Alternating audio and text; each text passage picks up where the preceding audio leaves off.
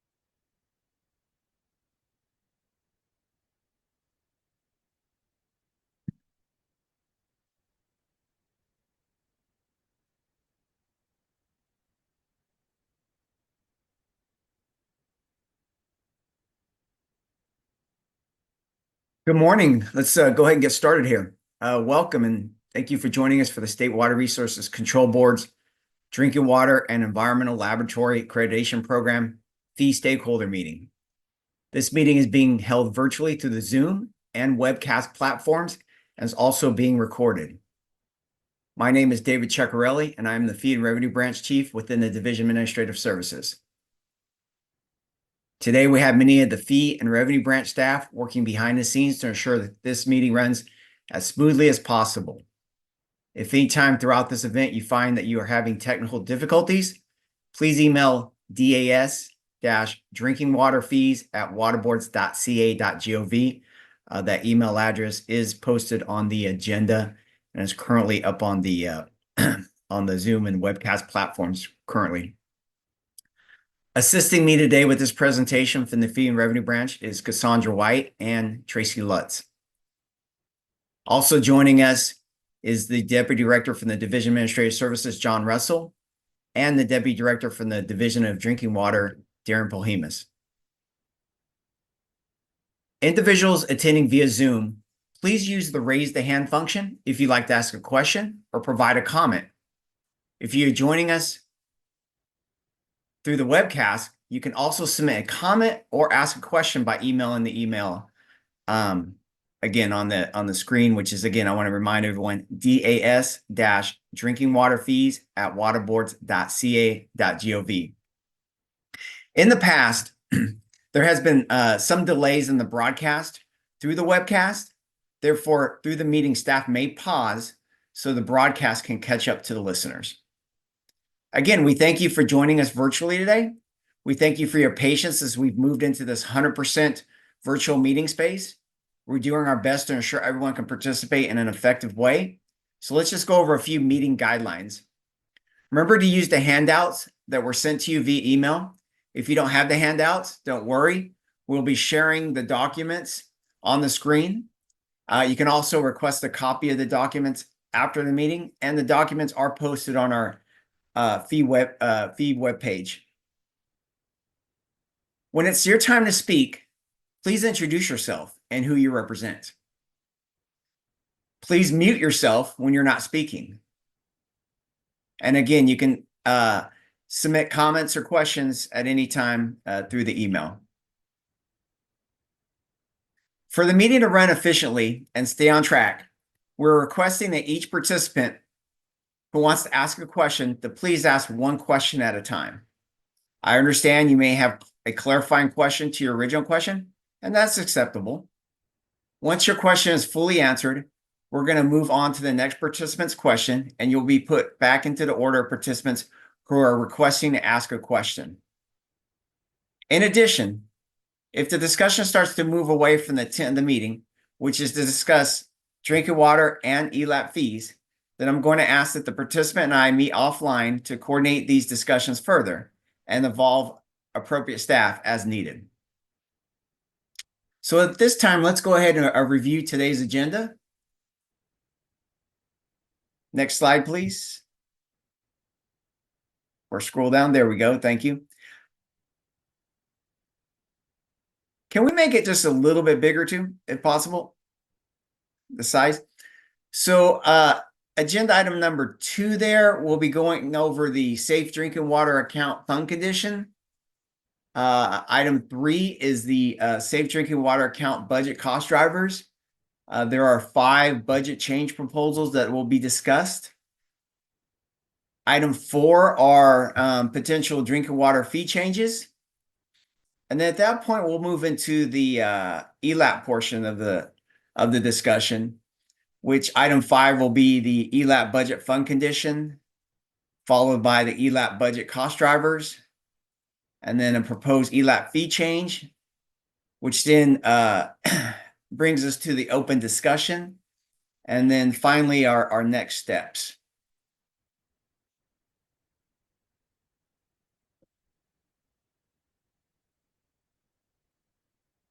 So we will start with the fund conditions for the safe drinking water account. And for those that are familiar, the safe drinking water account is one of the accounts that helps fund the drinking water program. And this is where the expenditures and are tracked and the fees are deposited into. And so what I wanted to highlight here is our current year projected fiscal year 23-24. And we have a adjusted beginning balance of about $2.6 million. So this is the carryover from the prior year. Scroll up one slide, please. We are in the fund condition. There you go. Thank you. And so, so our beginning balance in fiscal year 23-24 is projected to be 2.6 million. This is a carryover from fiscal year 22-23. Our total revenue is projected to be roughly about $43 million. And our expenditures at this time look to be around $42.6 million. And so one thing to look at is our state operations expenditures of 39.5. I mentioned this yesterday in both our water quality and our water rights meetings. Our accounting office is now up to date on expenditures reports, which are ran monthly. So we're able to track to monitor and evaluate our monthly expenditures. And so we have up to about 10 months of expenditure data. So we're looking at that, and then we're prorating the last few months out. Of course, the fiscal, we still have a few weeks here for the end of the fiscal year, but we're projecting our state operations expenditures to roughly be around 39.5 million. And you total that with the other state operations, lands us in total expenditures around 42.6. And so, comparing that with our revenues, we're actually almost balancing itself out. We have about $420,000 in the positive area for our surplus, which leaves our ending balance of about $3 million, which is about a 7% reserve in this fund. The next column over, we show this for illustrations, but if we didn't do any fee adjustments, we would recognize that our fee revenue would come in around $42.9 million.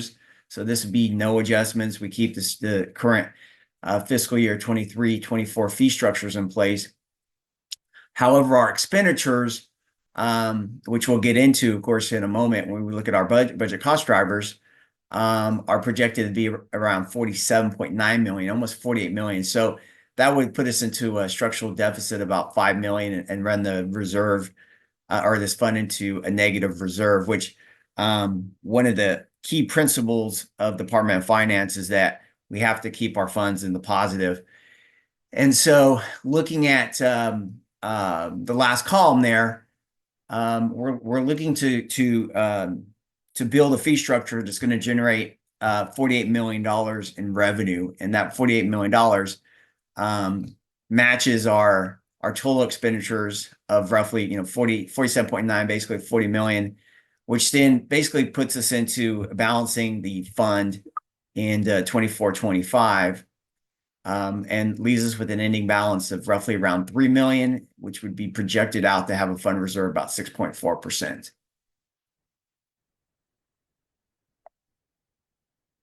So before we move on, are there any questions on the actual fund condition for the safe drinking water account?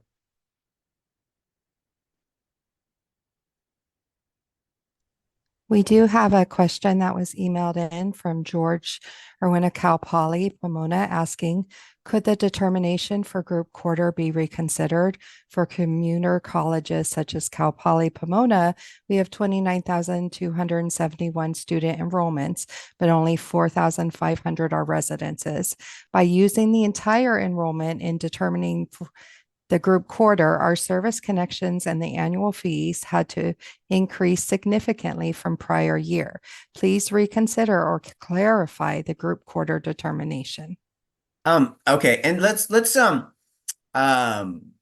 take this question a little bit down the line here, because I know we have an item on group quarters. So I appreciate the question, and Tracy, you may need to reread it here in a moment, but let's put that on the back burner just for a moment, and we'll get to that question here after we go over the cost drivers, BCPs, and other items here on the fund condition.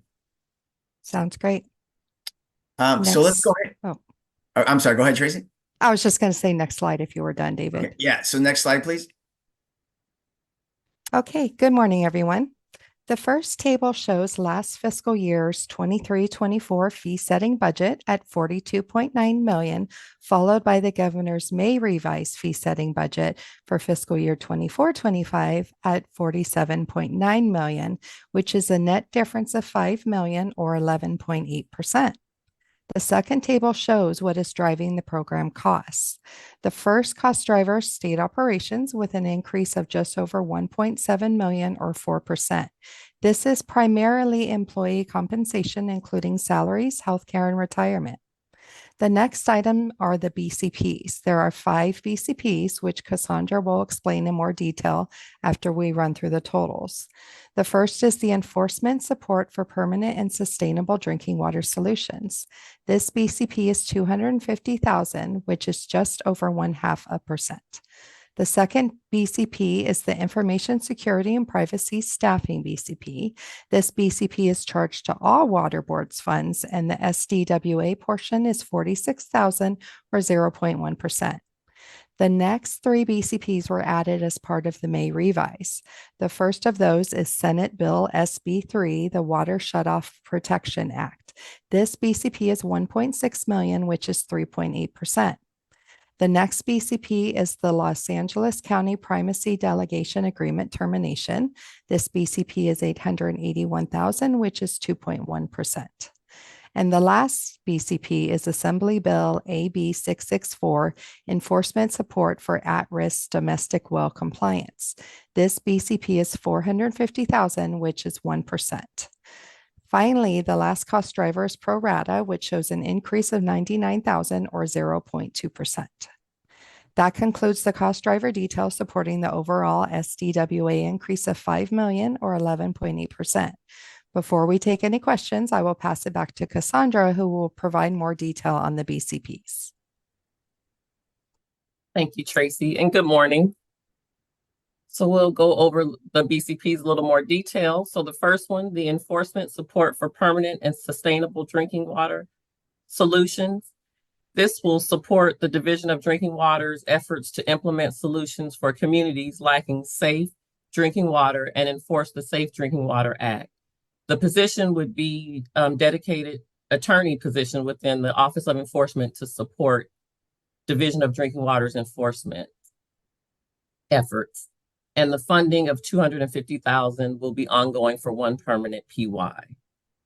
The second one is the Information Security and Privacy Office staffing. And as Tracy mentioned, This BCP is supported by all of the funds, and it is to enhance information security office staffing capabilities and establish a new privacy office.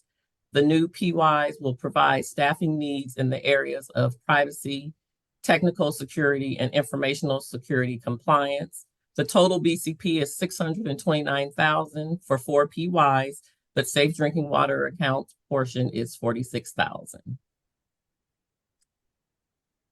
And then the next 3 BCPs are as of the May revise.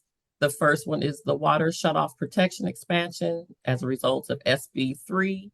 And this funding will support 5 staff members and contract resources associated, with the requirements of SB3 extending water shutoff provisions to water systems between 15 and 20 connections. The 1.6 million funding in fiscal year 24-25 will support 5 PYs. 250,000 of that is for one-time contract costs to develop a database, and 250,000 contract costs will be ongoing for the development of required water system training. And for fiscal year 25-26, the appropriation will be 1.3 million to support those 5 PYs and the training contract costs. The next BCP is enforcement support for at-risk domestic well compliance, and it's AB 664. And this will support Division of Drinking Water's efforts to address enforcement needs related to the implementation of SB 664 requirements on at-risk domestic well owners providing drinking water to property tenants. The requirements imposed on these owners will necessitate a robust enforcement program to ensure compliance.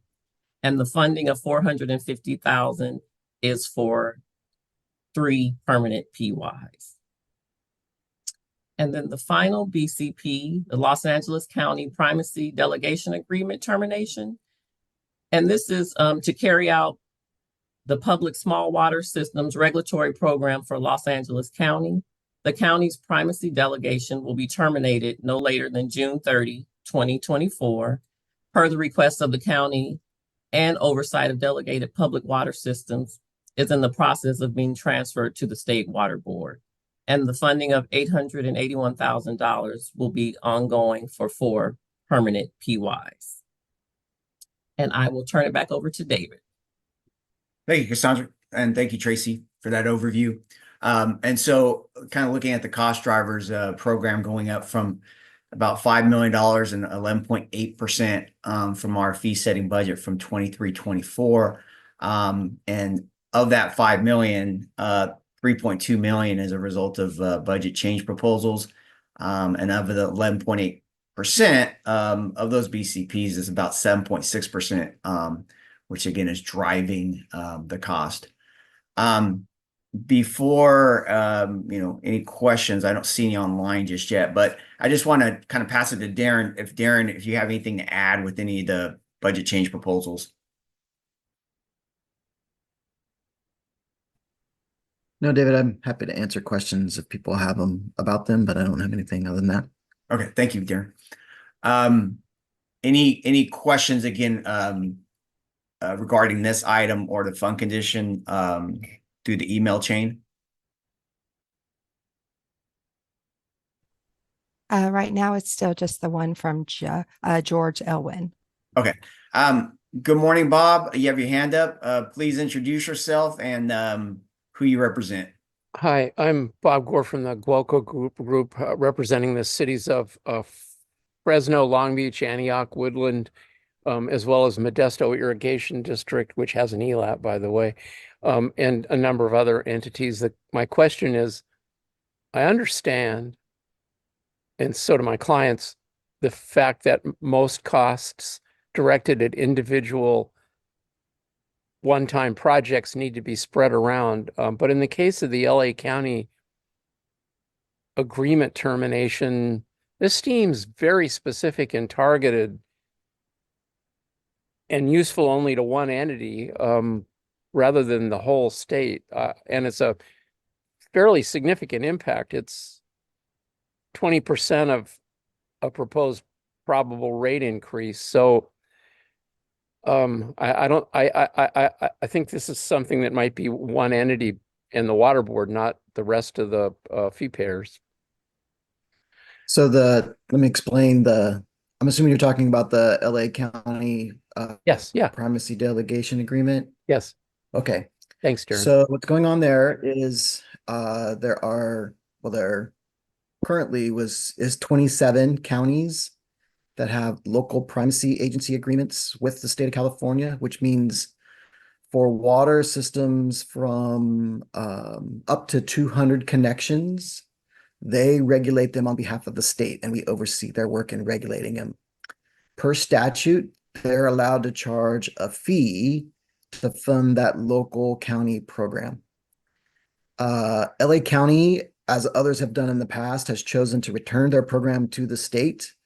Via statute, they're allowed to do this with 120-day notice, and the state obviously has to pick up the program as they return it. They were, according to their communication with us, they were unable to collect enough fees to support their program, and they were using county general funds to do this. A couple years back, San Diego County also returned their program, and we had very similar BCP. So in essence, we're picking up, I believe it's about 150 water systems that will now be regulated by Division of Drinking Water staff at the State Water Board.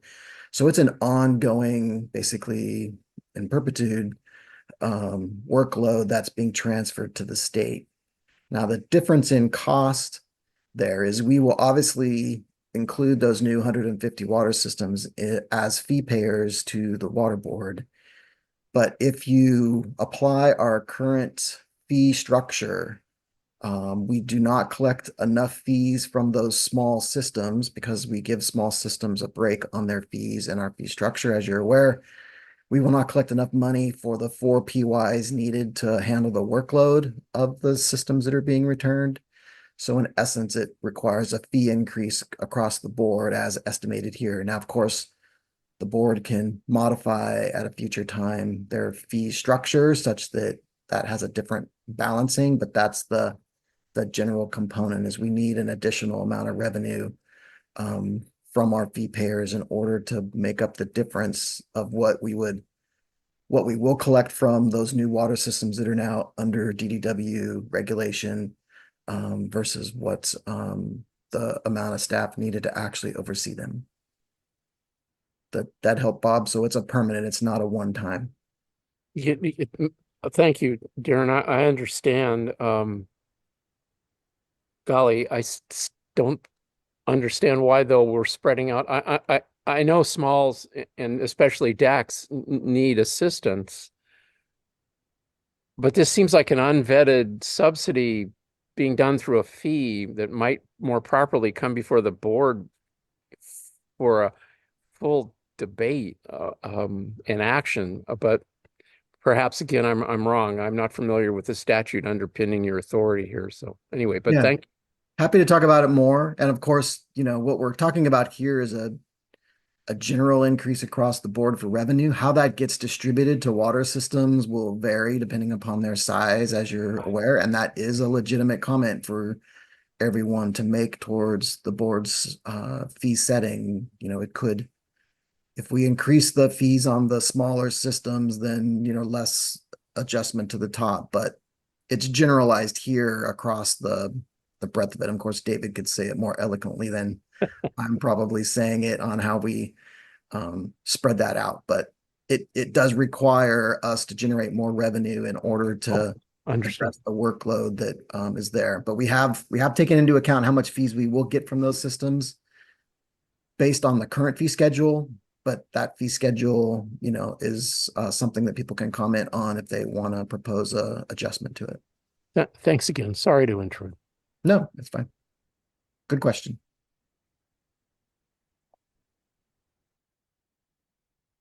So I don't see any other questions at this time.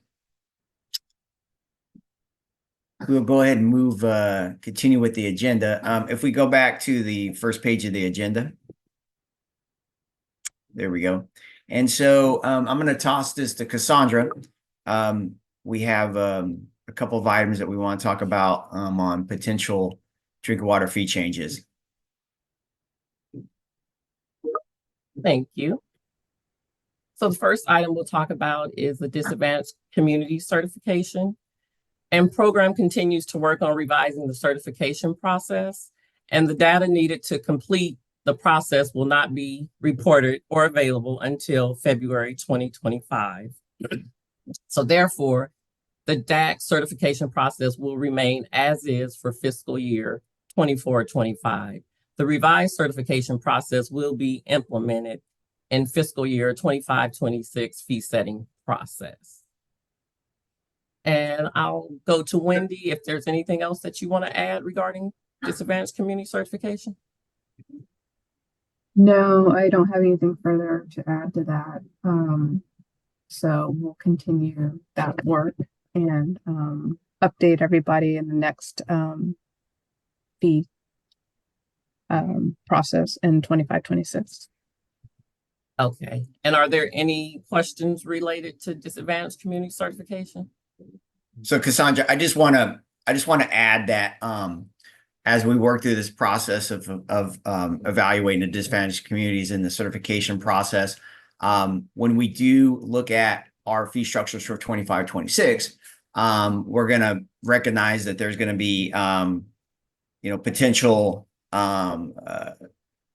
different numbers or greater numbers of disadvantaged communities throughout the state, which will have an impact on our fee structure.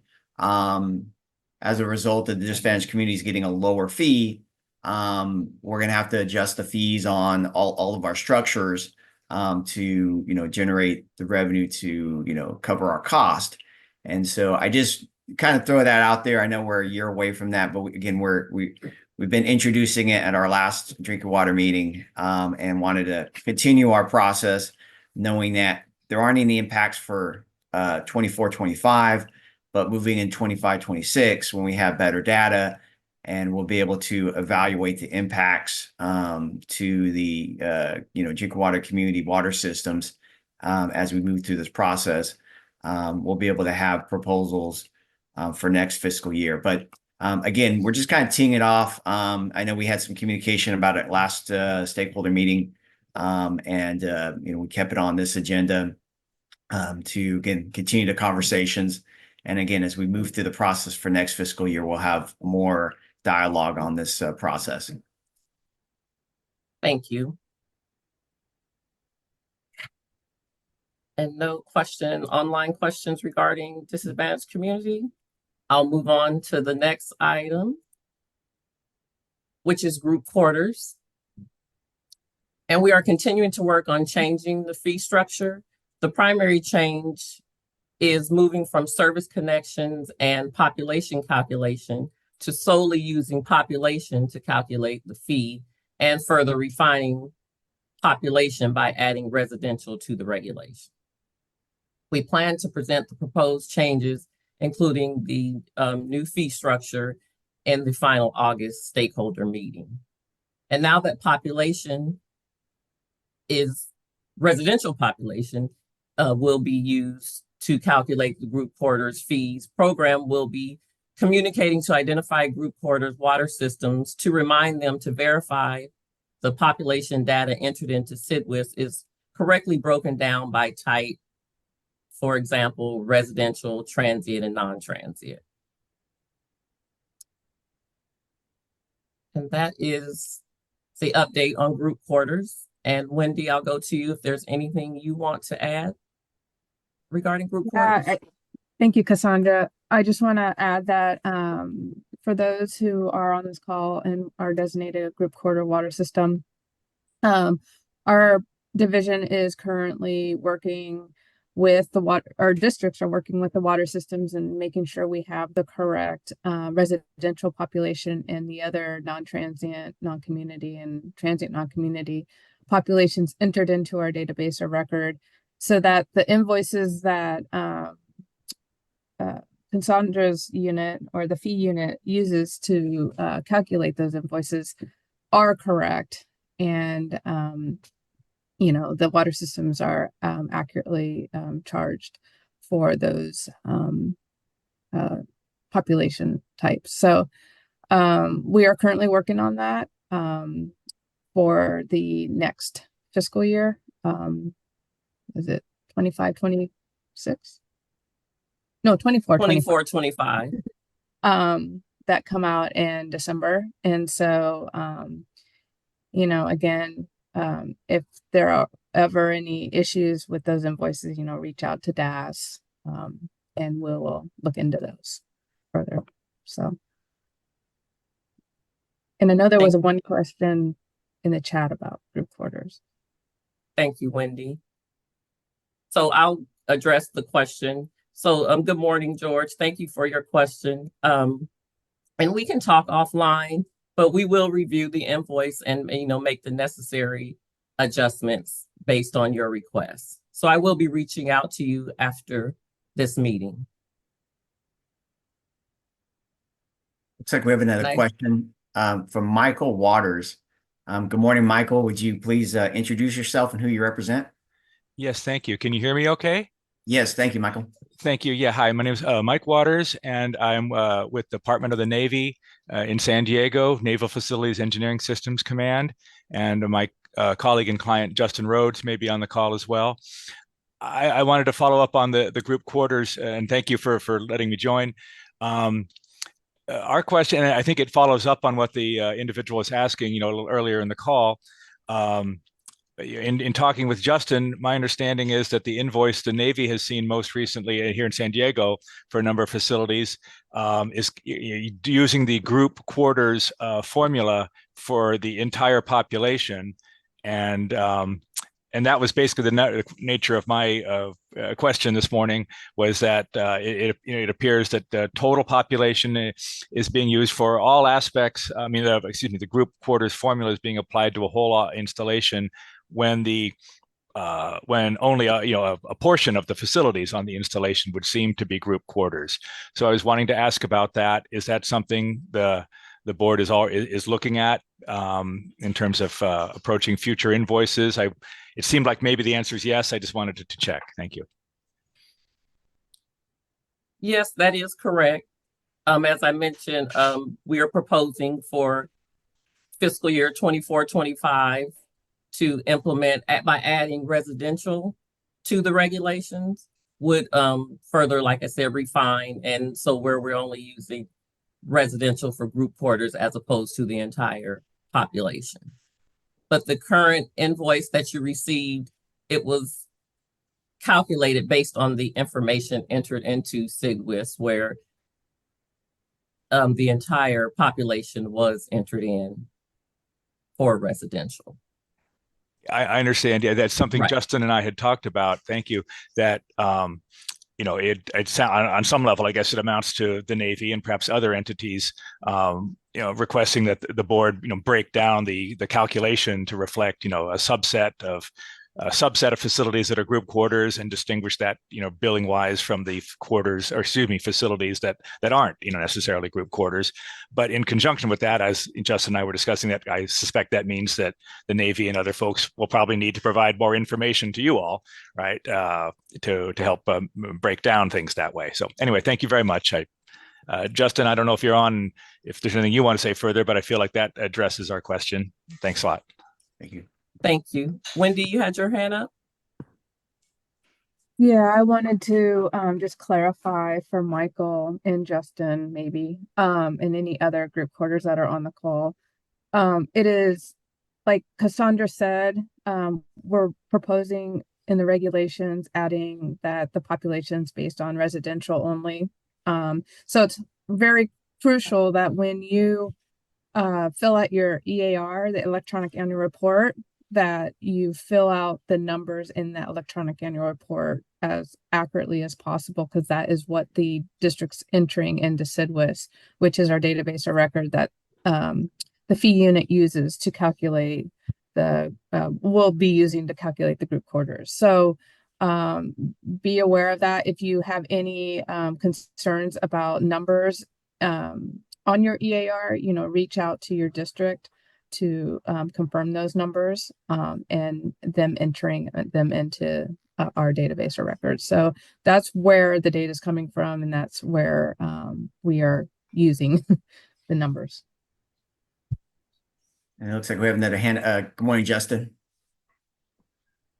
Hi, good morning, everyone. Thanks for the call this morning. And I represent Naval Facilities System Engineering Command Southwest, along with Mr. Mike Waters. My question is just for the adjusted invoices that we received, are you still expecting that we pay any adjusted amount that was higher than our December amount by July 17th? Justin, In we light can of the have a new conversation calculation. offline and we'll review Okay. your invoice. Okay, I appreciate it. Okay. I'll reach out. Thank you. Thank you, Thank Justin. you. Are there any further questions regarding group quarters? If not, I will turn it back over to David. All right. No, thank you. I appreciate it. Again, if you have any questions about your invoicing process, please reach out to Cassandra White or myself, and we'll be more than happy to work with you. So that at this point concludes the drinking water, the safe drinking water account portion of the agenda. We're going to move into ELAP, and we're going to start with the ELAP fund condition.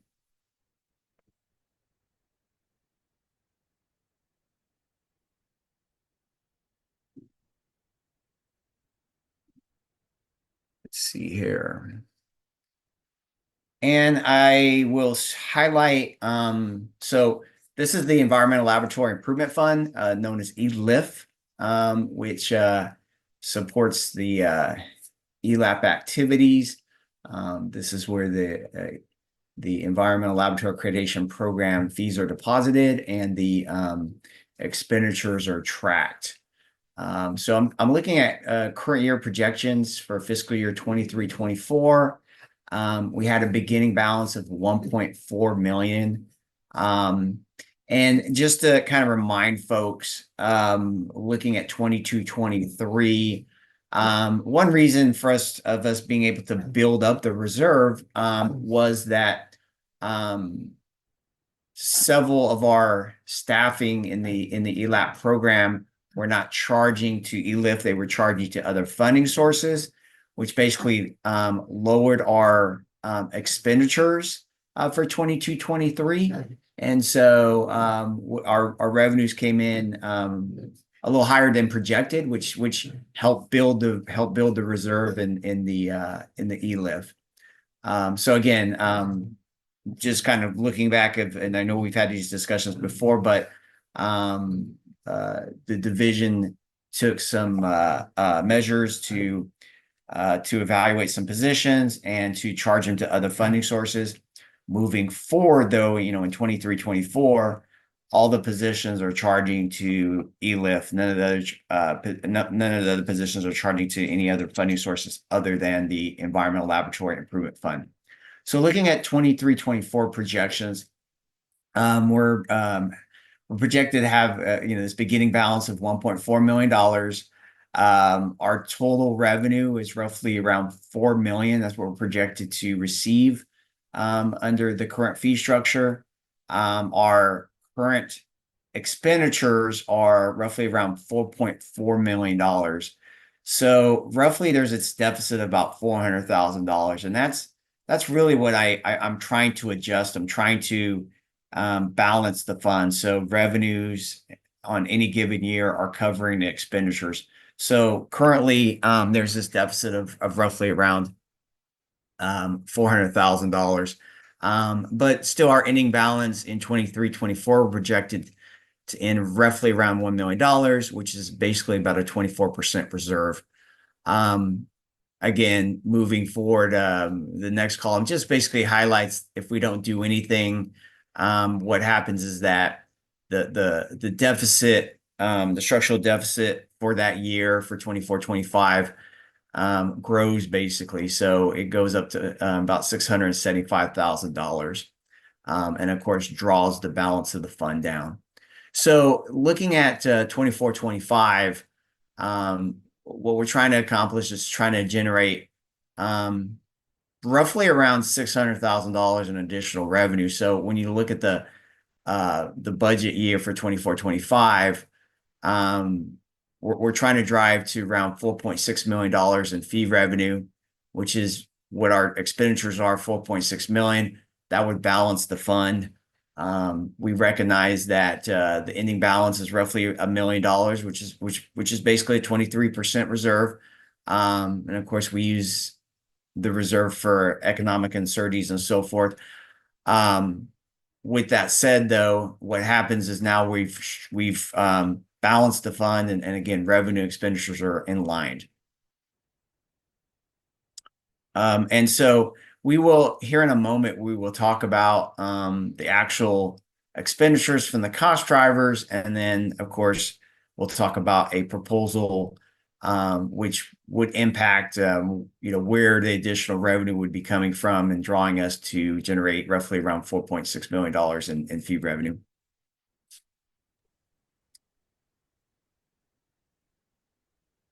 So I'll just pause for a moment.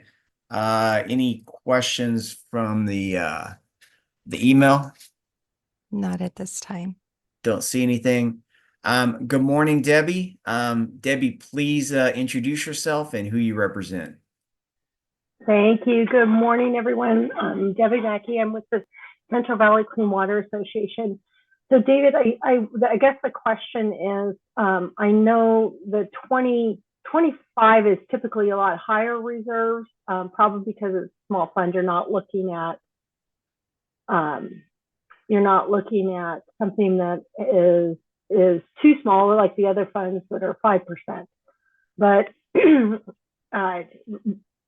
why kind of what's the justification for that much? That's probably one of the higher reserves that you're looking at. It is. I mean, key principles, of course, when you have a smaller fund, you definitely want a high reserve. And of course, when you look at our WDPF and we have a $200 million program there, 5%, is what we've been doing on a baseline, but I like to actually have a little bit more funding there, all in reserve there if possible. I mean, as you've known, as we've walked through this, since it's come to the organization, we've basically been in a negative, or the fund reserve has been very low for the last several years. If we had broadened this out, from like 1920 to 22-23, we'd see a reserve very minimal. But one of the drawing factors was that we knew that we were going to basically keep our expenditures low for 22-23. In one of those years, of course, I believe it was that year, we didn't do any fee increases. But with that said, it looks like the labs in the community have started to stabilize. So our fee revenue has started to stabilize, which is a good thing. So we're seeing, the revenue not drop off as much as we've seen in prior years. And then, of course, again, with that salary savings, our expenditures definitely came in a lot lower. Keep in mind that, we have 25 positions in the program that the legislature has approved that we fund through this program. However, at any given time, if we have a vacancy or anything like that, it does lower our expenditures because we're not, funding that position for certain months of it during the year or so forth. So those are some of the things that do impact our expenditure levels. As we move through the process, I mean, we do have an opportunity to look at how we can, potentially use some of the reserve to minimize, future increases and so forth. But I think, again, what we've been talking about for the last few years is just trying to find this sustainable revenue stream, fee structure that's going to, again, on an annual basis, on a yearly basis, balance the revenues with the expenditures and cover those expenditures. And as we talk a little bit here in a moment about what we're proposing, we believe that we are there basically, and we feel like that the labs in the community in this program have stabilized, and we do definitely feel that we're at a point where we're now have balanced the fund, at the same time recognizing that the reserve is slightly higher than where it could be, but we also have an opportunity to kind of help minimize some of the increases or as we move forward. I see Darren has jumped on here. Mhm. Yeah, I was just going to add one thing you didn't mention as well, David. I think people generally know that our database within ELAP is held together with baling wire, shoestring, and bubble gum, and it's prone to failure. I'm paranoid all the time that we're going to have a catastrophic failure of it. We've been seeking permission to have to get funding to replace that database and have been unsuccessful over the last several years. So I'm also worried that a reserve may be necessary just to like carry us through a calamity if that was to happen. So it's part of my feeling of why the current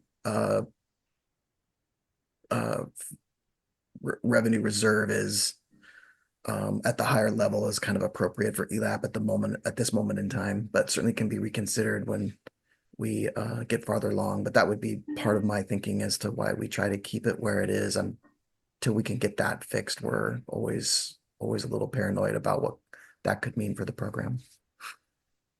Yeah, I understand that, and I think as we look at that, and you might be getting this on the next part is population wise compared to last year, where are we going? Because that's the second part that really impacts what the fees end up looking like. So if you're going to cover that, I'll stop for now. Yes, thank you, Debbie. So let's move to the next slide, which is the budget cost drivers. Thank you. Good morning again. The first table shows last year's fee setting budget at $4.65 million, followed by the governor's May revised fee setting budget for fiscal year 24-25 at $4.67 million, a net difference of $20,000 or 0.4%. The second table shows what's driving the program costs. There were no changes to this since the May revise. The first cost driver is state operations with an increase of $73,000 or 1.6%. And the last cost driver is pro rata, which decreased $53,000 or 1.1%. That is the cost driver detail supporting the overall ELIF impact of $20,000 or 0.4%. And this concludes our look at the budget cost drivers for the ELIF. I will hand this back to David if there's anything he wants to add before we move to the next slide. The only thing I would add is that, our budget office and Department of Finance have been working closely with ELIF for the last several years, knowing again some of the uncertainties with the revenue levels and stuff like that. So they've been working closely with trying to, maintain and minimize some of the, fee setting budgets, or excuse me, the budgetary expenditures in this program. So if you look here, very minimal adjustments going up in this fund. So basically almost at the same rates as last year. So again, keep in mind that for those 25 positions and their share of pro rata, it's kind of a very minimal increase from the prior in the prior year for the budgetary expenditures. So let's move to the next item here on the agenda, which is, potential ELAP fee changes. I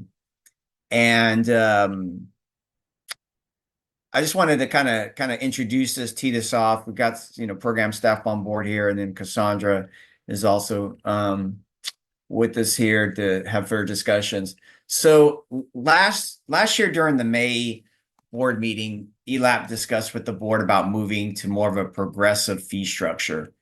The intent was to introduce higher fees to those who are doing more of the work in California.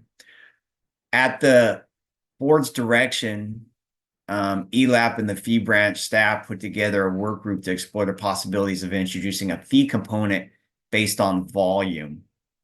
After several work group meetings for various reasons, this was determined not a viable option. When then looked at how we could incorporate something into our existing FOA tiers, and based on our work group meetings, developed this proposal of introducing larger tiers into the FOA fee structure. The proposed FOA structure would increase fees to those labs with higher number of FOAs while keeping all other fee categories constant next fiscal year. So as on the left, that's our current fee structure. And so currently, if you're 350 plus FOAs, you're paying, $16,455. What we're proposing is 3 tiers below that, basically. And we're introducing, if you have, and let me take a step back here. If you're looking at, right now it's 350 plus, we would then have a tier structure of 350 to 499. And so anyone less than 500 would still be paying the same amount. We have 3, of course, tiers at the, larger tiers at the end of the structure that we're proposing.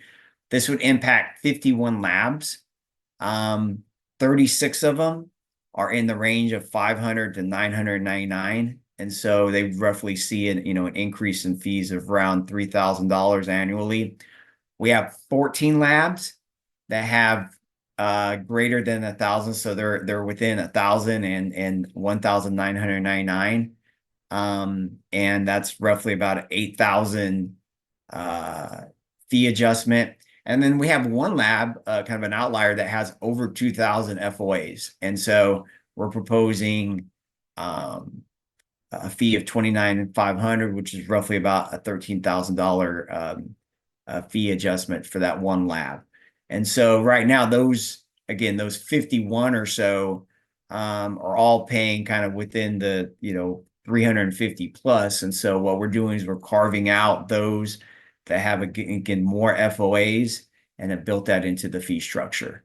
As staff, we feel that this is going to kind of stabilize our revenue stream and help make it more sustainable. And again, as we went back to that cost driver, it'll help us draw the sufficient revenue as we move forward to again cover our cost of our program. So I will, Kate or Christine, if there's anything you'd like to add on this proposal.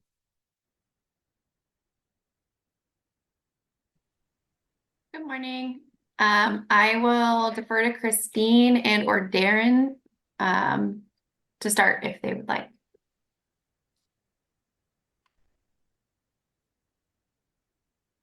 But I don't hear either of them. No, I don't really have anything to add, David. Thanks for presenting the fee model. I just did want to reiterate that we, at the board's direction, began working with stakeholders on this new, or within our current fee structure, but just to adjust it so that we could shift more of the burden for supporting the program to the higher labs that are producing more data for the state. That's what the board wanted us to do, and that's in line with many of their other fee structures. So this is what we came up with here. The group that we've been working with to work on this proposal separately, we call them the fee stakeholder group. When we presented this to them last month, there was like near unanimous, we didn't vote, but unanimous agreement that this was a good direction to move, even from the labs that are in those top tiers that would be impacted. Because the alternative to this, which we had advanced earlier in the year, was moving to a volume-based charge that would require laboratories and ELAP to track individual sample counts for regulatory work. And the pricing on that model would be substantially higher than $30,000 at the top tier. Some labs could see annual fees of close to $100,000. That is in line with what those labs are paying in a similar fee structure in New York. So this was pretty unanimously agreeable to everyone in that group, from the small labs to the big labs and public to commercial. So we're feeling good about moving this forward, and we're happy to answer questions or take comments today too. So good morning, Mary. You have your hand up. Please introduce yourself and who you represent. Good morning. My name is Mary Cousins, representing the Bay Area Clean Water Agencies, which is the laboratories in the Bay Area. I just have a simple question, which is, are there changes proposed to the base fees for next year or only for these tiered fees? Thanks. So we're not proposing to change any of the base fees or any other fees at this time, just again, the FOA tier structure. Thank you.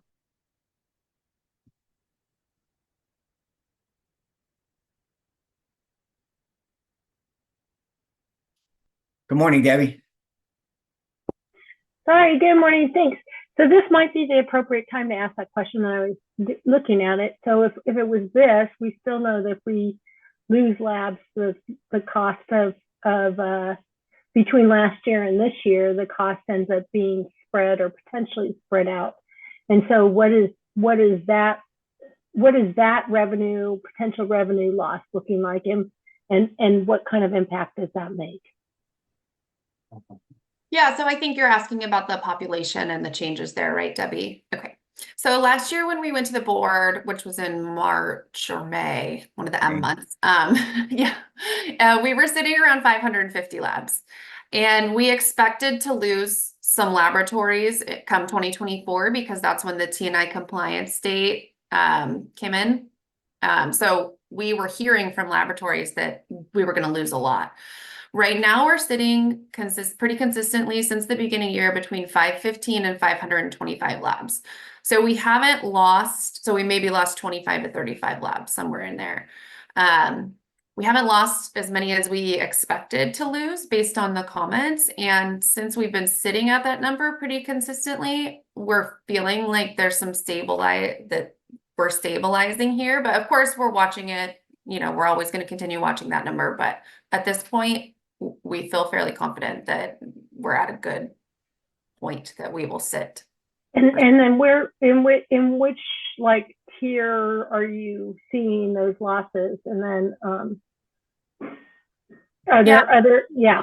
I wouldn't be able to tell you that off of the top of my head. What I can tell you is they're primarily in the commercial sector. Commercial laboratories tend to be less insulated from cost changes rather than public labs, where we used to sit about 50-50 split between commercial and public, and now we're seeing a much bigger percentage of public labs in our program than commercial labs. So that's the trend. That's the most noticeable trend in my mind. Okay, and you don't have any idea of the size, because obviously that revenue, if you're looking at if that revenue is not there when you come back in August and September, that really can, you know, we can look at it and say, okay, if you're one of the smaller labs, you're not going to see an increase, but that's not true if we're trying to make up, or unless the fee structure changes, it's not going to be true. So you mean it like if we were to lose a higher number of labs from the top tier structures, that's what you're concerned. Yeah, it will even the low. I mean, you're sorry, I just wrote down the numbers and I forgot about it. But you're still talking anywhere 10%. In the 10% range of the labs that. Did I do that right? A little bit less than 10. Whether it's 5 to 10% of the labs that are lost. So. This year. So that and like I said, like we expected the largest amount of loss to happen in 2024 because 1/1/24 was when T&I came into play. It became required by the regulation.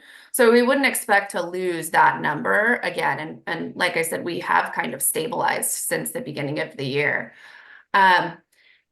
Most of our labs are small labs. It's like 80% or something fall into like the bottom 3 tiers there. So just knowing that number, like the laboratories that are closing tend to be in that group because that's where almost all of our laboratories are. The only laboratories that are in the top two tiers are very large network laboratories that are well established. So I don't feel, knowing the ones that are in those top ones, concerned that we have to worry about losing the revenue from those top tiers.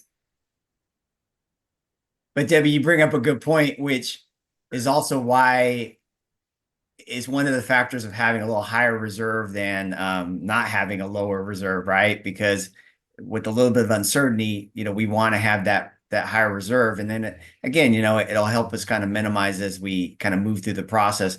As Kate mentioned, I think we're at a good point though. We feel like things are starting to stabilize with the lab community, and of course with this structure, helps kind of puts us into a position where our revenue stream is constant moving through the next few fiscal years. Maybe I can ask this a different way, and maybe I can do this, because what I heard is to get it even, the even amount. That was going to take, it was going to correct it. But is it by adding these extra 3 tiers, are you making up the difference of the labs that are lost also between last year's revenue and this year's revenue, or is that going to be an additional change that we're going to see in August? We're not proposing any changes for any laboratories that are in any of those white cell boxes there. Only No, that wasn't what I was asking. I'm wondering if David understands what I'm asking. Yeah. Yeah. I'm sorry. Go ahead. Go ahead, Kate. I understand what you're asking. So because the laboratories that fall in those top 3 tiers are the only laboratories that are seeing changes in their fees, what they're paying in difference is going to make up that shortfall. Yes. Okay.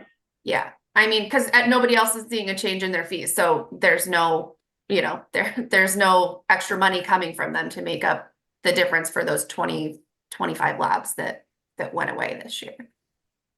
And I just want to also just point out, like, the reason that we have changed the fee structure this way and added these extra tiers is because the board wants us to shift more of the fee burden to the big laboratories that are producing all the data.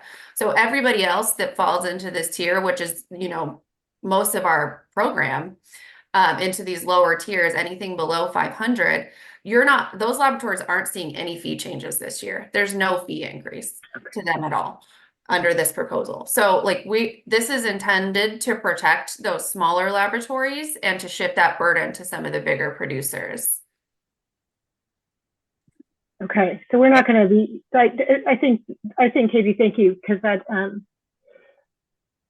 helps. And, of course. and Debbie, maybe just to add to that, right? This goes back to the fund condition itself. When you look at what our projected expenditures are going to be for 24-25, it's 4.6 million. Under the current structure, we're generating 4 million. So we definitely have this deficit of 600,000, right? And so if we don't do anything, of course, that $1 million reserve goes away pretty quickly. By putting this change in here and those higher labs, again, paying more, that goes towards now drawing us closer to that $4.6 million. So we're definitely building this in to, generate additional revenue because we do need it. Mm-hmm. It's just that we're not spreading it out to all of the labs, specifically the smaller labs. Yeah. Okay. Thank you.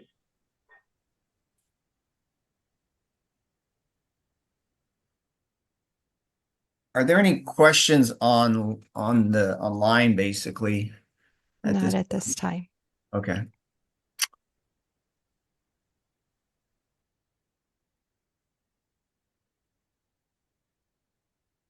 So we're definitely interested in your input and your feedback on this proposal. So as you have an opportunity to kind of evaluate it, please reach out to us. You can email us your input or feedback to the email address, or you could reach out to Cassandra and myself. I'd be more happy to kind of have further discussions on it.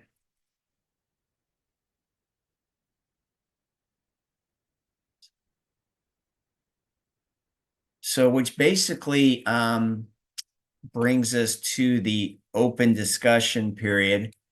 And John Russell, I just want to kind of reach out to you if there's anything you want to chime in about the governor's budget and the process that's taking place right now.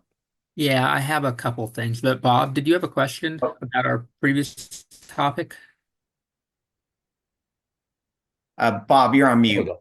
I just corrected that error. It's what my grandchildren like to ask me to mute myself, but at any rate, we have a fund reserve increase of 6.4%, cost drivers up 11.8%, and a fund reserve increase of 23.4%. The fundamental question is what's the proposed fee increase for the safe drinking water account contributors? Well, right now we need to generate 11.8% in revenue. And that generally means that we could spread the 11.8% over all community water systems.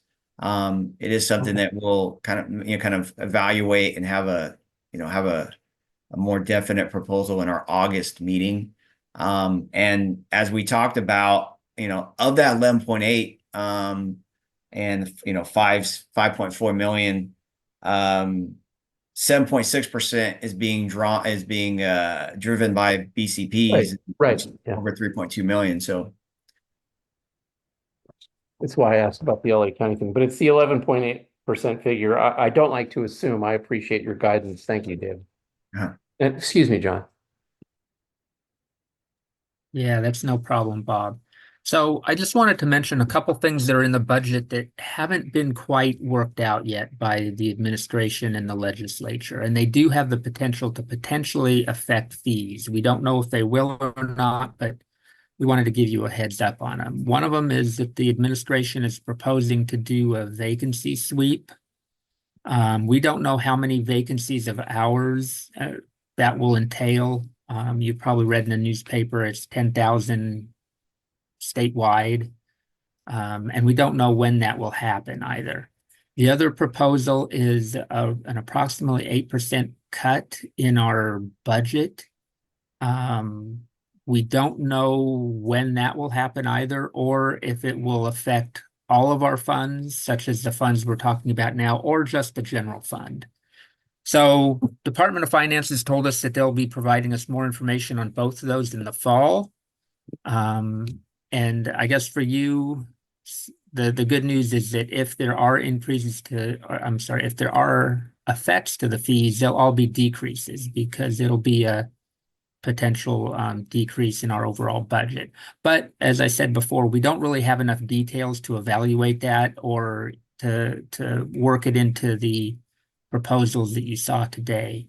So if it turns out that these cuts will affect the fees, we'll likely have to if all of this happens before our August stakeholder meeting, which we hope it does, we'll talk about it then. But if not, we may have to have another sort of ad hoc stakeholder meeting to talk about this. And then in the worst case, we won't know what's going on until after our September board adoption or fee adoption meeting in late September. So if that happens, we may have to come back to you again and say, here's how these cuts are going to affect things. And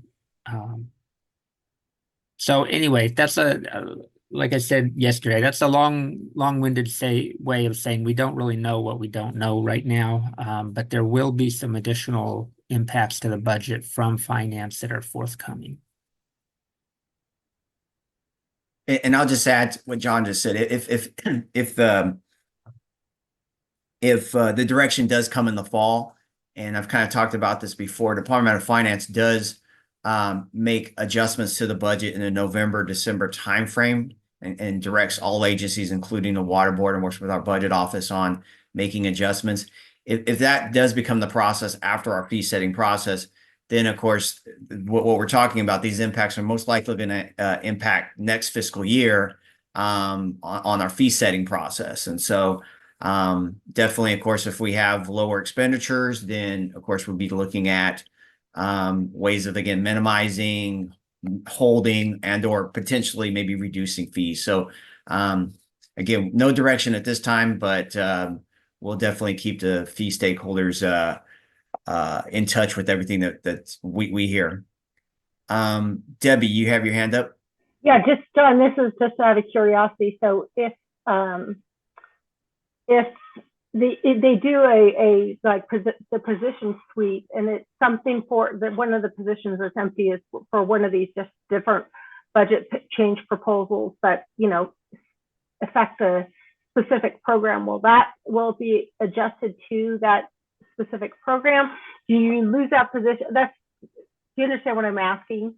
Yeah, I do understand what you're asking, and I don't have an answer for that right now because we just don't have enough information to figure out what they're proposing. But you know, we don't know if all the position sweeps are going to be in one program or across all of our programs or just general fund positions. We don't really know at this point, but just for the sake of argument, if they all turn out to be in Fund A, then yes, we will reduce Fund A by the amount that is being swept.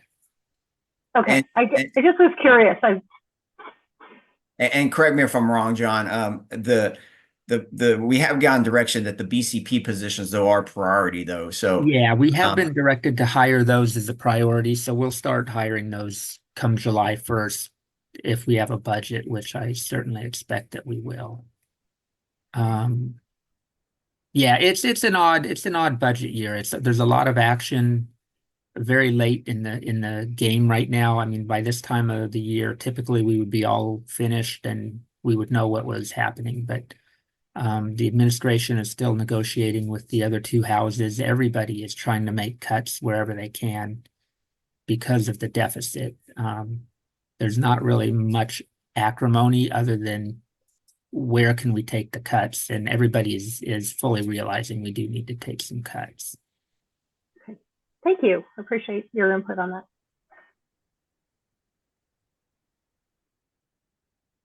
all right. Well, appreciate that update, John. Thank you. It kind of leads to our open discussion. I know we're kind of in that period right now. I'll just give it a moment if anyone has any questions or comments that they would like to make at this point.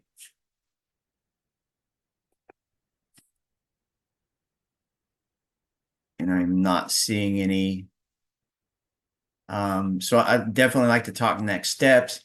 Our next scheduled drink water and ELAP stakeholder meeting is August 2nd. And it'll be a 9 o'clock normal, it's kind of standard time that we usually have these meetings. And also want to mention that one, please, you know, after you kind of look at the proposals, BCPs, any attachments on this document, don't hesitate to reach out to myself or Cassandra or Tracy. I would be more than happy to help guide you through the document and help hopefully answer any of your questions. And of course, we could always bring in program staff as needed. And again, with the ELAP proposal, definitely we're encouraging and we want to hear your input. And so please, you can email us at das.drinkingwaterfees@waterboards.ca.gov.